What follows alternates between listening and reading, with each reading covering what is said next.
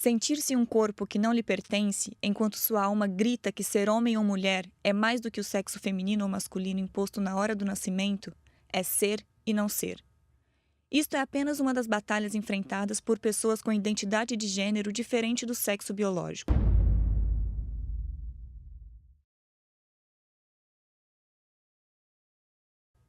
A identidade de gênero refere-se a como uma pessoa se identifica, que pode ou não concordar com o sexo que lhe foi designado ao nascer.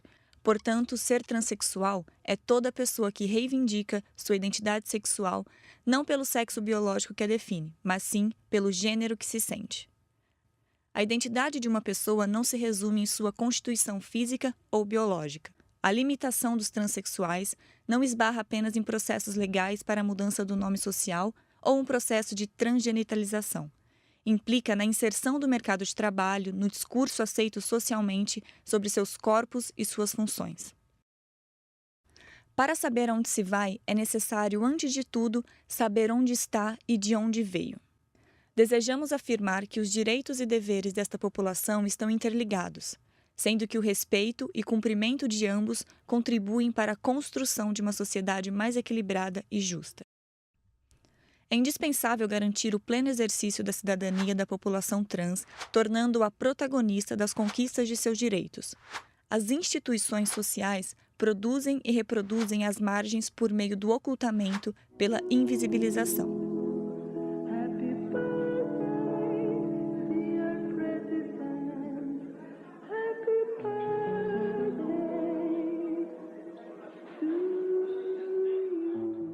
Convidada pelo diretor Daniel Filho a participar da novela Espelho Mágico, da Rede Globo de televisão, Cláudia Celeste, corista do teatro de revista Brigitte Blair, foi expulsa da novela e as cenas já gravadas apagadas sob pretexto de que ela havia enganado o público, já que se tratava de uma travesti, e para a mentalidade da época não era considerada uma mulher. Neste período, o Brasil era envolto por uma ditadura militar que não permitia a participação de travestis e transexuais em peças audiovisuais. Um decreto da Lei nº 1077, de 1970, visava proteger a instituição da família e preservar os valores éticos e assegurar a formação sadia e digna da mocidade.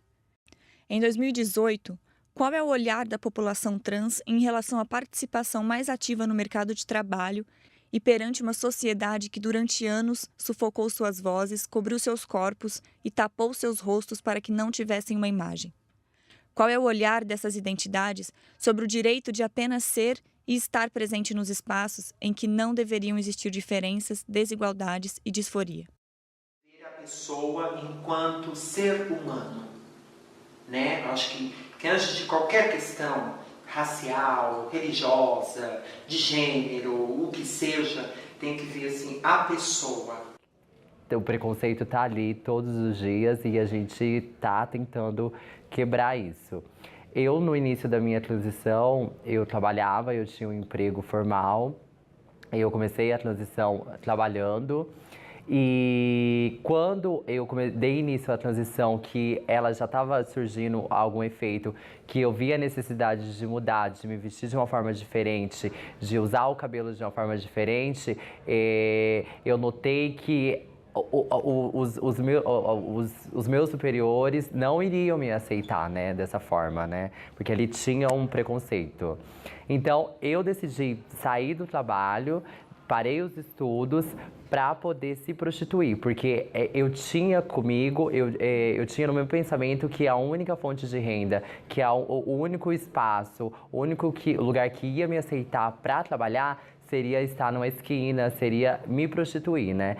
Eu tenho uma amiga que ela é arquiteta, formada, e ela está trabalhando, ela vive de prostituição. Ela vive alugando o corpo dela, porque senão ela não consegue pagar o aluguel dela, porque ela não consegue emprego. E eu tenho relatos de muitas amigas e muitos amigos que falam assim, que até o currículo bem melhor, mas quando ainda não tem seu nome retificado, né, aquela questão, e aí sabe, perde a vaga. Eu era professora de educação física, né, professora de dança, eu dava aula de ginástica, de dança. Quando eu fiz a transformação, quando eu passei por essa mudança com o peito me assumir como mulher mesmo, perdi todos os empregos. Há essa grande dificuldade, né, das pessoas estarem sendo garantido essa empregabilidade, porque tem muitas e muitos que têm já uma formação, que poderiam estar inseridos em tantas áreas e não têm essa oportunidade, porque realmente ainda fica muito marcante essa questão da identidade de gênero.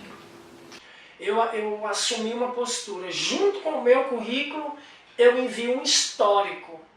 Eu, Jorge Pinheiro, nascida fulano de tal, me identifiquei assim, assim, porque eu cansei de ser chamada pelo currículo, pela experiência, e aí quando você chega no lugar, as pessoas não sabem o que fazer. Elas não sabem como lidar com isso. Então eu cansei disso, e aí de um tempo para cá eu acrescentei ao currículo essa ficha técnica, digamos assim, onde eu digo tudo ali. Resumidamente, num texto, humildemente falando, porque eu não sou modesto, eu sou humilde. Humildemente falando, muito bem redigido, muito bem pensado, não é uma coisa chata. É onde eu digo, de todas as formas, até de uma forma poética, digamos assim, literária, que atrás daquela pessoa não é aquilo que você está imaginando. Inclusive, eu acabo o texto falando exatamente isso. Né? Atrás de todo esse profissional existe uma mulher, existe uma pessoa diferente. Né? Então, para evitar justamente o constrangimento. Mas a sociedade não está preparada para isso. Sabe o que eu acho engraçado? É que quando as pessoas me veem na rua, elas não me perguntam como que eu fui parar na rua, se eu gosto de morar na rua, como que é morar na rua. Por que você não me pergunta se eu tenho pai, se eu tenho mãe, se eu sei o que é ter pai, se eu sei o que é ter mãe? Por que você não me pergunta se eu tenho uma casa para morar, se eu sei o que é ter uma casa para morar, se eu vou ter uma casa para morar? Por que você não me pergunta se eu comi alguma coisa hoje, se eu vou ter alguma coisa para comer hoje? Por que você não me pergunta da minha história antes de me julgar? Melhor dizendo, por que você não me pergunta o meu nome? Meu nome é Tatiana. Quando eu era criança, minha avó sempre dizia uma frase que eu achava muito engraçada, por sinal.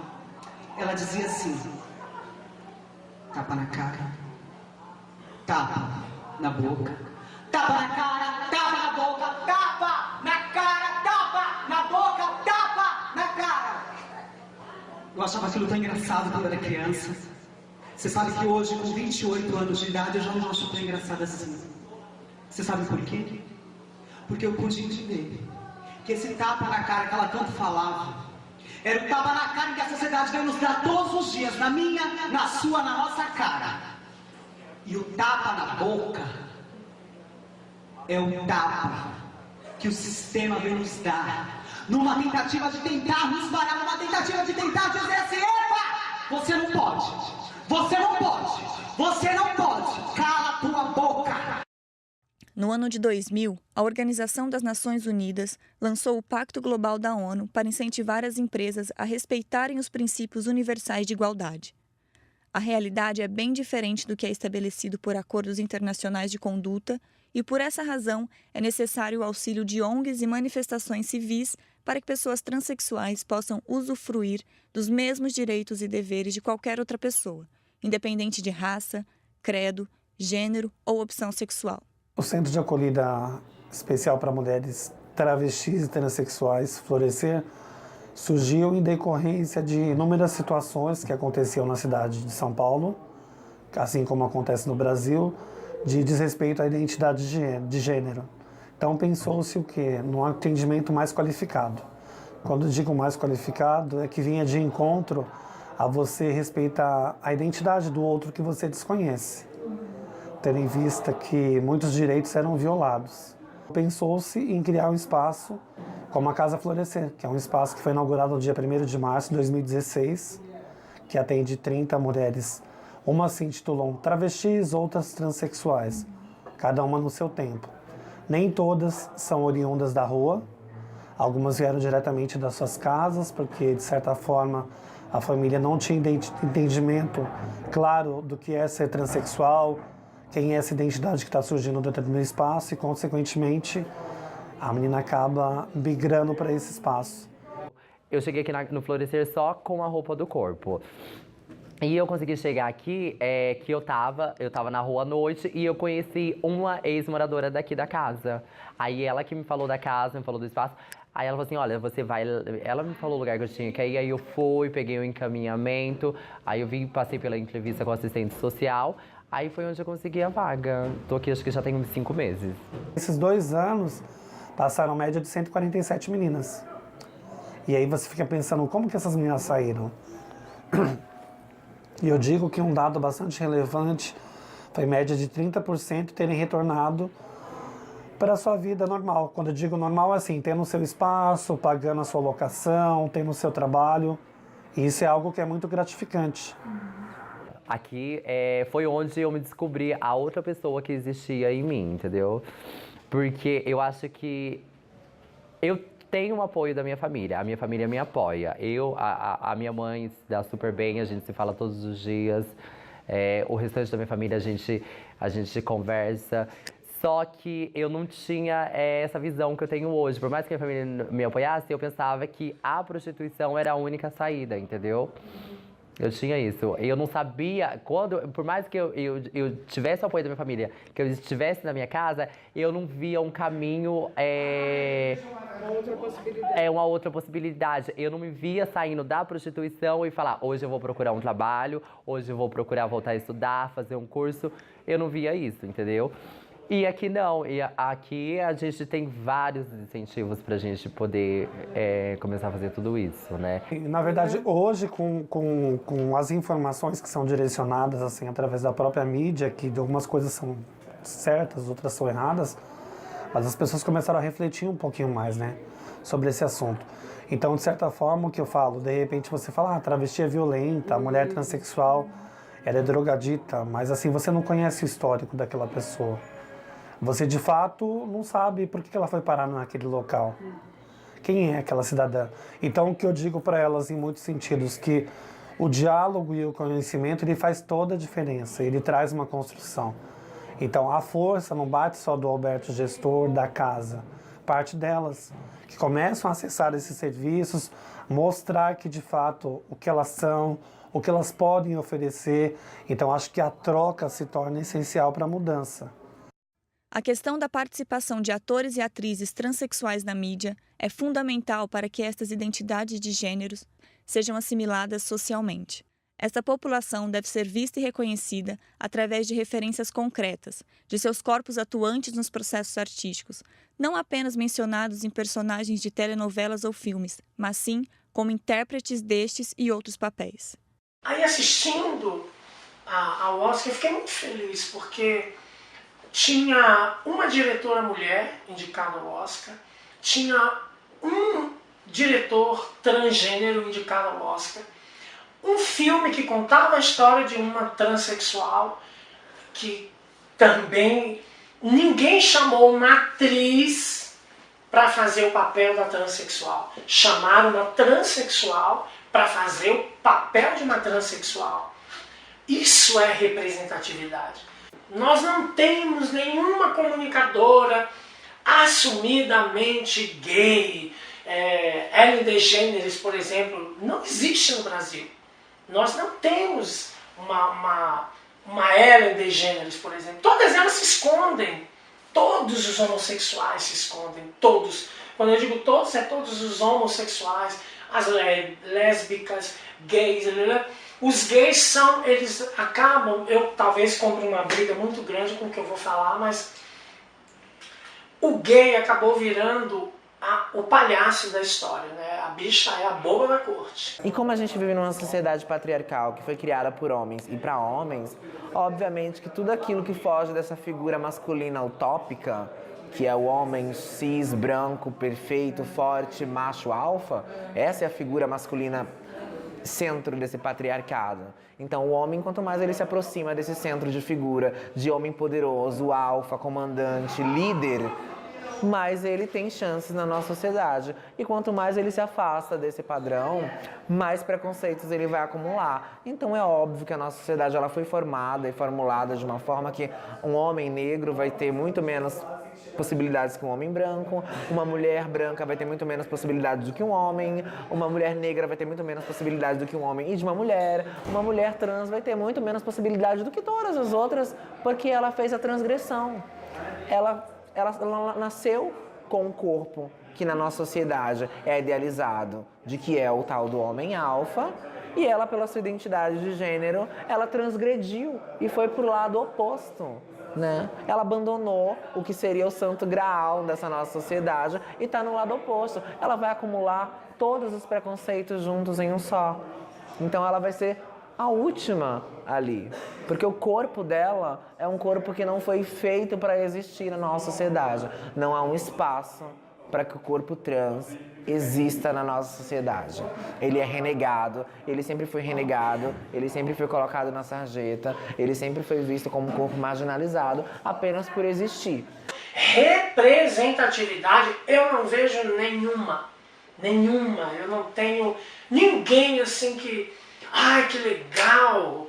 Tem uma história muito legal que é a Rogéria, falecida ano passado, entrou na Tieta e a Rogéria manteve o discurso dela. Não é a Rogéria, além de Rogéria, eu sou Astolfo. Tenho muito orgulho disso, de ser Astolfo. Então, e ela teve a participação na novela, as pessoas respeitam. É muito mais bonito. Então, se tem uma representatividade, são essas que são aqui e ali. Mas o resto, eles não passam da porta da produção para dentro, amor. É dali para fora. Eles servem para servir café, eles servem para maquiar, para pentear, talvez para vestir. Mas passou dessa porta para o lado de cá é muito complicado. O ponto de vista dessas pessoas deve ser o fio condutor às mudanças sociais importantes e determinantes para uma conduta em prol da igualdade e respeito às diversidades. O olhar de quem não é visto e reconhecido como cidadão comum, o olhar pelos olhos de quem enxerga acima do muro que criamos para não olhar para a diversidade que nos cerca, é a perspectiva de outro olhar. Comecem a pensar nos seus filhos, netos, sobrinhos, vizinhos, agregados, chegados. Eduquem essas crianças pro anormal. Porque, infelizmente, é assim que eu sou vista.